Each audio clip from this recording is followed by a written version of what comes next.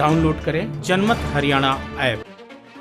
हरियाणा की एलनाबाद और कालका विधानसभा सीट पर होने वाले उपचुनाव को चुनाव आयोग ने कोरोना संक्रमण की वजह से टाल दिया है। चुनाव आयोग ने कहा है कि जब तक स्थिति सामान्य नहीं हो जाती तब तक प्रदेश की दोनों सीटों पर उपचुनाव नहीं होगा। वैसे भी कालका सीट पर होने वाले उपचुनाव को लेकर पहले ही संशय था, क्योंकि वहां से विधायक प्रदीप चौधरी की सदस्यता एक मामले में सजायाफ्ता होने की वजह से चली गई थी, लेकिन हिमाचल हाईकोर्ट द्वारा सजा पर स्टे लगाए जाने के बाद प्रदीप चौधरी की विधानसभा सदस्यता बहाल होना लगभग तय है। इसको लेकर प्रदीप चौधरी ने बकायदा विधानसभा स्पीकर ज्ञानचंद गुप्ता से मुलाकात भी की थी। वहीं एलनाबाद सीट से किसान आंदोलन को लेकर इनेलो के इकलौते विधायक अभय चौटाला ने इसी साल 27 जनवरी को अपनी सदस्यता से इस्तीफा दिया था। इस्तीफा देते हुए अभय चौटाला ने कहा भी था, विपक्षी खेमे से अकेले विधायक हैं जो कि किसानों के लिए अपनी सदस्यता से इस्तीफा दे रहे हैं। अभय ने नेता प्रतिपक्ष भूपेंद्र सिंह हुड्डा सहित कांग्रेस के सभी विधायकों को इस्तीफा देने का चैलेंज दिया था। साथ ही उन्होंने सरकार से समर्थन वापस ले चुके निर्दलीय विधायक बलराज कुंडू और सोमवीर सांगवान को भी इस्तीफा देने की चुनौती दी थी, लेकिन कोई भी विपक्षी खेमे का विधायक इस्तीफा देने की हिम्मत नहीं जुटा पाया था। अब सबसे बड़ा सवाल ये है कि उपचुनाव में देरी होने का क्या प्रभाव पड़ सकता है। क्या चुनाव के वक्त तक किसान आंदोलन का असर रह पाएगा?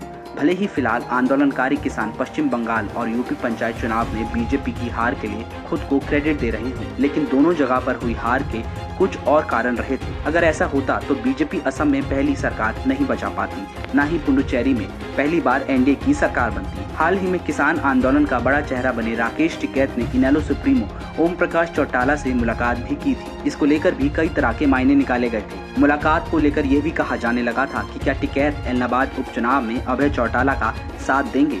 अगर टिकैत साथ देते हैं तो उसका कितना असर होगा। फिलहाल तो एलनाबाद में किसानों का मुद्दा गर्माता दिखाई दे रहा हो, तो क्या जब उपचुनाव होगा उस वक्त उतना प्रभावी रह पाएगा? किसानों को लेकर ही बीजेपी की तरफ से एलनाबाद विधानसभा सीट से 2 बार चुनाव लड़ चुके पवन बेनीवाल ने बीजेपी को अलविदा कहा है। उनकी कांग्रेस में जाने की संभावनाएं जताई जा रही हैं। कांग्रेस की तरफ से देवीलाल परिवार से ही आने वाले कैप्टन अमरदीप सिंह के चुनाव लड़ने की चर्चा चल रही है। गठबंधन की तरफ से अगर सीट जेजेपी के हिस्से में आती है तो दिग्विजय चौटाला के चुनाव लड़ने की पूरी संभावना है। अगर बीजेपी लड़ती है तो इस सीट से आदित्य देवीलाल चौटाला या फिर गोविंद कांडा उम्मीदवार हो सकते हैं। अब देखना यह है कि देश से कोरोना कब खत्म होता है और कब एलनाबाद सीट पर उपचुनाव होता है, और क्या 1996 से चले आ रहे इनेलो के गढ़ को अभय बचा पाते हैं या नहीं। ब्यूरो रिपोर्ट, जनमत हरियाणा।